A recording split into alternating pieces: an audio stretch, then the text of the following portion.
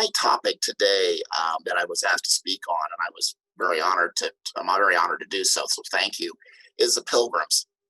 And when we think about the Pilgrims, we typically have this thought of folks wearing tall black hats and eating turkey, and either it's a very idealistic image of the Pilgrims being this rather harmless group of that's really very much gotten lost in American culture as to who they are and what they believe, or an image which is beginning to emerge of the Pilgrims, and this has been kind of included with the concept of the Puritan Mistake, which is a topic I will add on to here in a little bit as my presentation moves forward, that this was a group of rather intolerant people. They sought tolerance for themselves, but not necessarily valued the religious freedom of others. There's also been a good deal of discussion with their relationships with Native Americans as well. And I wanted to paint a picture today, a little bit of share the Pilgrims' contribution to religious freedom. And that is something that's beginning to get lost a bit in some of the discussion currently regarding the Pilgrims. And this year particularly, it's important because this is the 400th anniversary of the Pilgrims coming to what is now the United States. And this is something we didn't hear very much about, probably got lost in kind of the hubbub of 2020 and the various things that happened. But they did make a very significant contribution in the topic of religious freedom. So the Pilgrims, and they're not alone in this, in fact, they're trailblazers, came to the United States in the quest for religious freedom.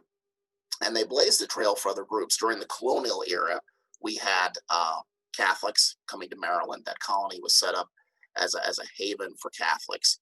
And another example would be Pennsylvania with the Quakers. And as with more modern examples would be my own ancestors. I'm an Irish American.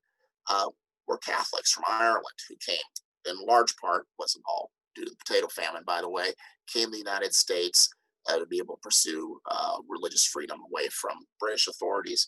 Folks of the Jewish faith, Muslims, many other groups have come to the United States to practice religious freedom, to practice and worship with the freedom that we enjoy here in this country. And the Pilgrims are really the trailblazers for this. They set the precedents for this.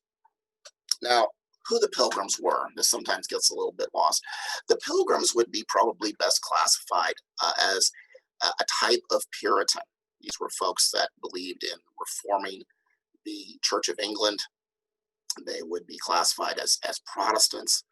The Pilgrims were a little bit more radical than some of their Puritan brethren in England. They did not accept the Church of England. Instead of wanting to reform the Church of England, they believed in establishing a church and a society as well, separate from that faith. And that's an important point. And that's really what led to them running afoul of the authorities in England at the time they left. Now, due to their beliefs in England, the Puritans suffered a great deal of persecution. They were imprisoned at times. They were fined under Sabbath laws for not attending Church of England religious services. And so in order to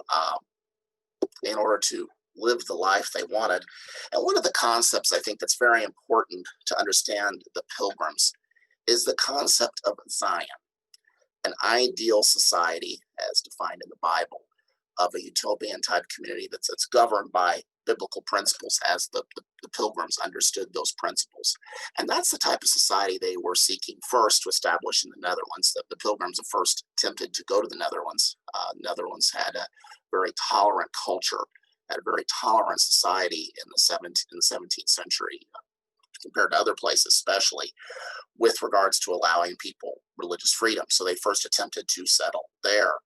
And for about a decade, they struggled along there. Economically, they were disadvantaged. They were not Dutch. They did not speak the language.